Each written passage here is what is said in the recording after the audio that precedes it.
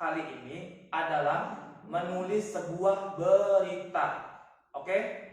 Nah, di sini ada gambar PPT yang saya tampilkan, yaitu tentang flow of news, yaitu bagaimana kita membuat sebuah berita yang memberikan sebuah informasi kepada pembaca. Nah, operator, oke, next.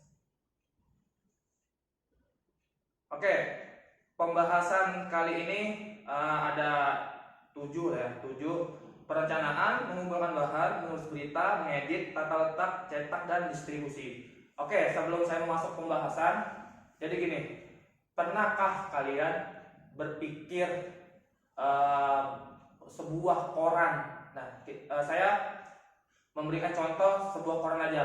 Sebuah koran yang kalian baca itu proses pembuatannya gimana sampai kalian bisa membaca sebuah koran. Mungkin sekarang sudah ada zaman teknologi elektronik, ada koran elektronik. Tapi kalian harus tahu, sebelum kalian menulis berita, kalian harus tahu dulu bagaimana proses sebuah koran itu terbuat, dari sebuah perencanaan sampai ke distribusi. Nah, kali ini saya akan memberitahu kalian, menjelaskan tentang perencanaan. Jadi membuat sebuah koran itu harus ada perencanaannya. Operator next.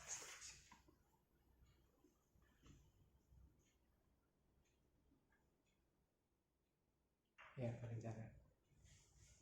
Oke, saya tes suara lagi ya. Suara saya masih kedengaran?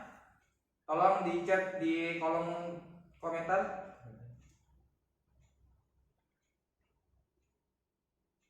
Masih ya, oke. Baik, di PPT itu kalau kalian lihat di Meet itu ada perencanaan. Nah, gini, saya biasa menggunakan PPT mungkin di kelas-kelas hanya singkat-singkat saja. Nah,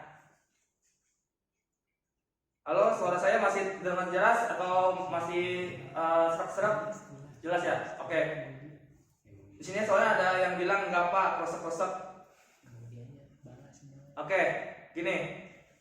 Kalau kalian baca PPT-nya, di situ ada perencanaan. Jadi membuat sebuah berita, membuat sebuah koran itu nggak semena-mena, nggak seenaknya kita menulis sembarangan di koran itu.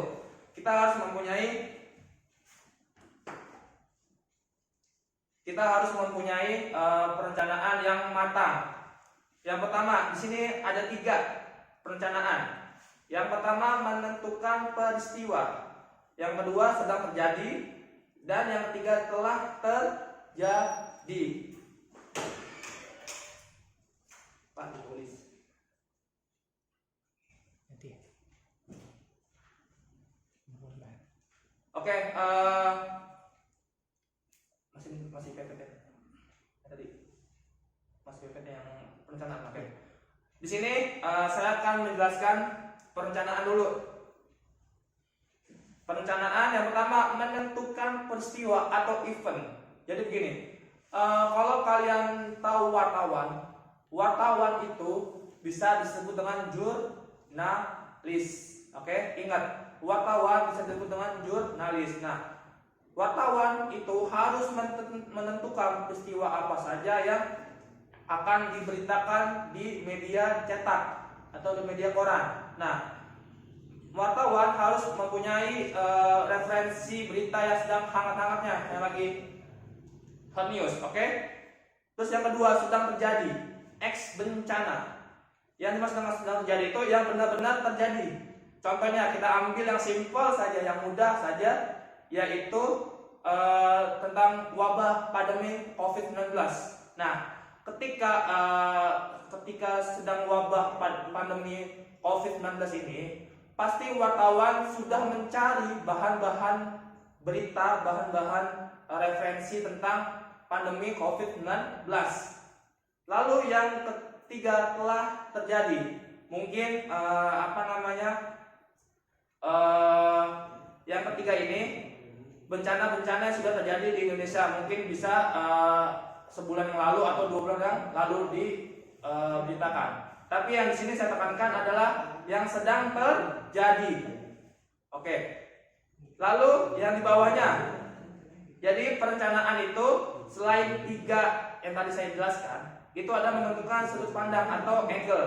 Jadi nggak hanya sebuah fotografi saja yang bisa menentukan angle, tapi di untuk penulisan sebuah berita harus mempunyai sudut pandang. Apa sih yang maksud dengan sudut pandang ini?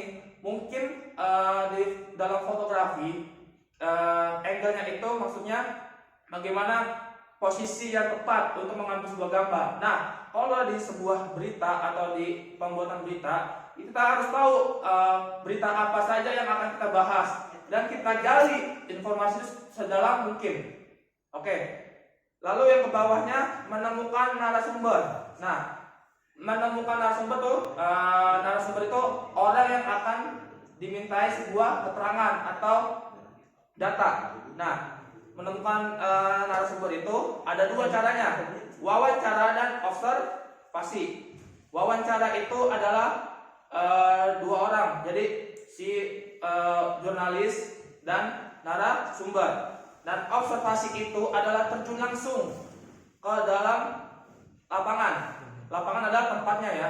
Jadi menemukan narasumber, menemukan sebuah berita itu ada 2 cara, wawancara dan observasi. Oke.